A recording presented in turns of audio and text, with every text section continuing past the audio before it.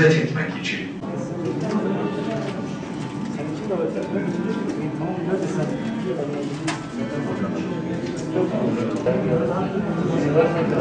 Her Ramazan'da adet haline getirdiğimiz, artık gelenek lafını kullanmak istemiyorum.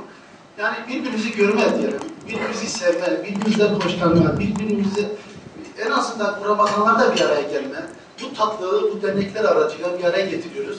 Cenab-ı Allah'tan temennimiz, dileğimiz bu havanın, barış sürecinin daha güzel günlere gitmesini temenni ediyoruz, diliyoruz.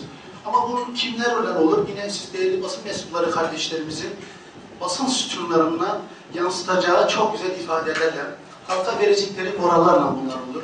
İnşallah Kadir Gecesi'de bu barış sürecinin, burada o Kadir Gecesi'nde insanlarımızın yapacağı dualar Kadir Gecesi'ne ayrı bir bereket katar, ayrı bir tatlılık katar. Memleketimiz için de bir lütuftur. Güneydoğu Anadolu bölgesi yıllarca hakikaten kan ağladı arkadaşlar.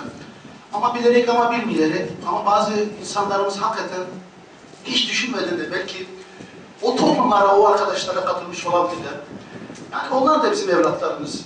Bu Ramazan programlarında sadece derneğimizin dışında bir sürü sivil toplum örgütlerinin de düzenlemiş olduğu programlar var. Bu kardeşlerimizin de yapmış olduğu güzellikler var. Onları da tebrik ediyorum burada. Allah ebeden kendilerinden razı olsun. Bu birlik ve beraberlik, kardeşlik ruhu içerisinde bu tatlılık olduğu müddetçe bu insanlarımızı kimse tuzağa düşürme şansı olarak göremiyorum ve olmayacak da. Hep güzellikler olur, hep tatlılıklar olur. Yeter ki biz Rabbimize samimane bir şekilde teslim olalım. Onun rızası istikametinde hareket edelim. Cenab-ı Allah da bize güzellikler, kolaylıklar, tatlılıklar lütfeder.